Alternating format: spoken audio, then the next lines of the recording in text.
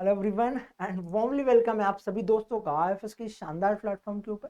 दोस्तों, रिजल्ट लग चुका है सीएसआर नेट का और उसी के साथ साथ आईएफएस के बच्चों ने इस साल भी जो है वो बहुत शानदार परफॉर्मेंस दिया है एग्जाम्स में और आईएफएस की लेगेसी को जो है मेंटेन किया है और बेहतरीन खूबसूरत रैंक के साथ बच्चे जो है इस साल क्वालिफाई हुए हैं हर साल की तरह।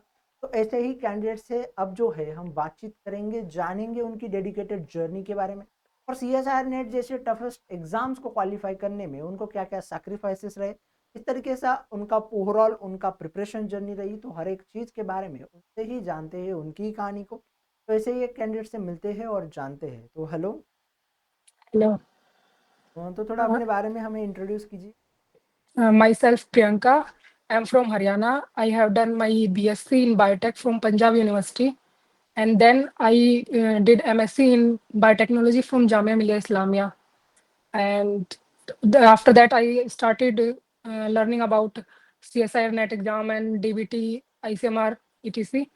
I took the crash course from IFAS, and I'm truly saying that it's beneficial. It helped me a lot. तो इस कोर्स ने बहुत हेल्प की। तो Yes. मुझे बताओ कि जैसे आपने बोला कि आपने प्रिपरेशन स्टार्ट की ये सारी, तो पहली बार आपने सीएसआर का नाम कहाँ से सुना? सर एक्चुअली मेरे जो एमएससी में मेरे साथ जो बच्चे थे, वो लोग साथ के साथ प्रिपेयर कर रहे थे, तो मेरे को भी यही लगा कि मैं कर सकती हूँ। पर मेरा फर्स्ट अटेम्प्ट मैंने थ्योरी बहुत ज़्यादा पढ़ ली थी, तो वो नहीं हुआ। उसी के बाद मैंने थोड़ा मॉक टेस्ट के लिए आईएफएस जॉइन किया था। या तो ज्वाइन किया और ये लकीली या हो गए। हाँ, यस। तो कल जब रिजल्ट लगा तो आपकी क्या फीलिंग रही थी, आपके घर वालों की क्या फीलिंग रही थी? बहुत नर्वसनेस हो रही थी, पता नहीं कि होगा, नहीं होगा, क्या रैंक होगी। तो उसके साथ-साथ अब थोड़ा ना आप मुझे हमारी आपकी एजुकेशनल जर्नी क्या रही है? जैसे आपने बीएससी बायोटेक किया है पंजाब यूनिवर्सिटी, एमएससी बायोटेक किया है आपने जामिया मिलिया इस्लामिया यूनिवर्सिटी। तो ओवरऑल यस। आपकी एजुकेशनल जर्नी क्या रही है? थोड़ा बताओगे हमें?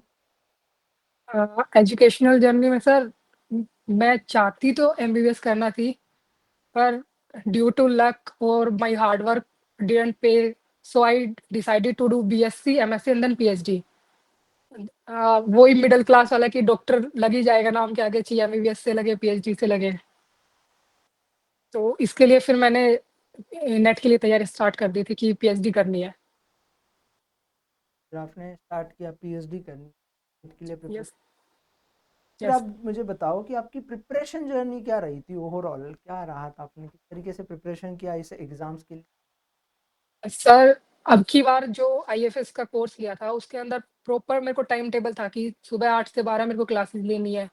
उसके बाद उनके खुद के डेली प्रैक्टिस टेस्ट होते हैं, हर यूनिट के, हर जो क्लास ली उसके बाद, तो मैं वो सोल्व करती थी।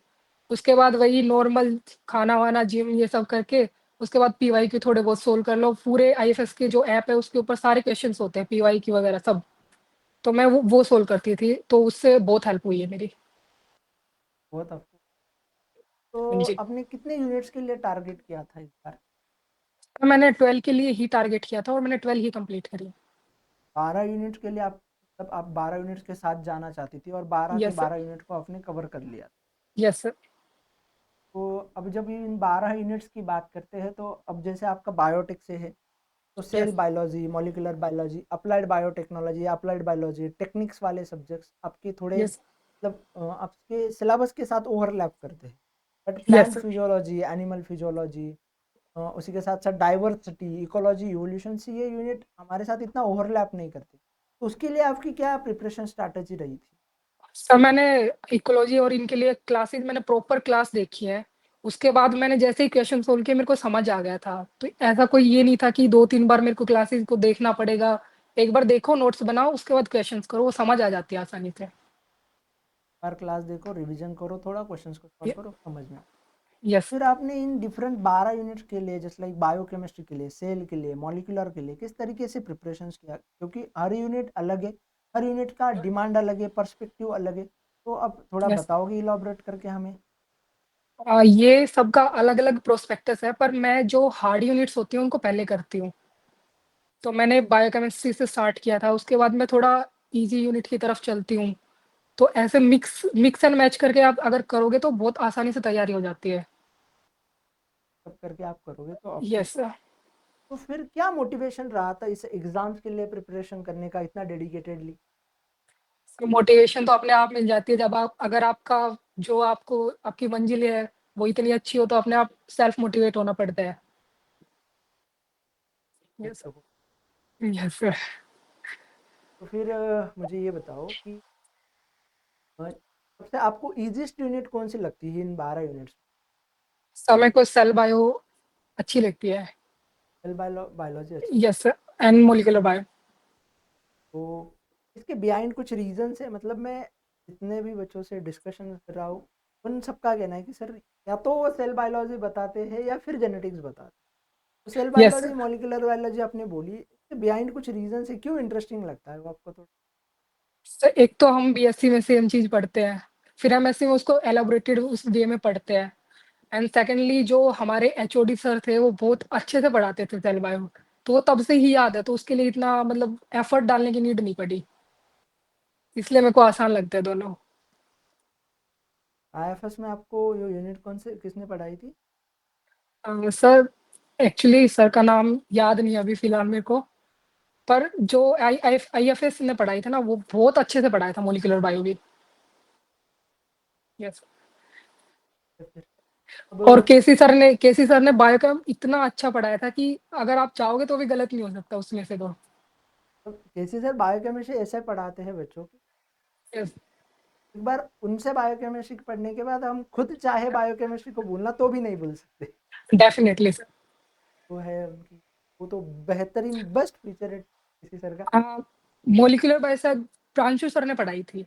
वही बोलने वाला था कि सेल और मॉलिक्यूलर शायद ट्रांसफर नहीं पढ़ा। या आई गोट ए लिटिल बिट कंफ्यूज। तो सही है। फिर अब मुझे ये बताओ कि जस्ट लाइक आपको सेल बायोलॉजी और मॉलिक्यूलर बायोलॉजी बहुत इजी लगती है, अब ये यस। तो है, बट आपको सबसे हार्ड यूनिट कौन सी लगती है? Obviously development bio. Developmental biology लगी, तो फिर आपने यस। पढ़ी या उसको देखा ही नहीं? नहीं मैं उसको देखा ही नहीं, उस पर सबसे पहले उस पर कांटा लगा दिया कि ये नहीं पढ़नी। तो फिर जो 12 पढ़ी बाकी की उनमें से कौन सी हार्ड लगी, मैं तो वही पूछ। Sir plant physio. Plant physio आपको हार्ड लगा? यस। कुछ पर्टिकुलर रीजन है आपके पास, मतलब क्यों हार्ड लगती है? सर वो फर्स्ट टाइम पढ़ी थी एक तो, क्योंकि बायोटेक में ऐसा कुछ प्लांट से रिलेटेड फिजियो वगैरह ऐसा कुछ था नहीं मेरे, और उसके बाद उसके अंदर जो वो थे पाथवे वगैरह थे वो मेरे लिए बिल्कुल नए थे, इसलिए थोड़ी हार्ड लगी थी। वो आपको हार्ड लगी जेन्युइन? Yes sir. यस। तो फिर आपकी रिवीजन की डेली के जो डीपीपी आते हैं जो आपके यूनिट, या ये डीपीपी रिवीजन, संडे का टेस्ट और मॉक टेस्ट, इसके लिए आपका ओवरऑल क्या, मतलब किस तरीके से प्रिपरेशन?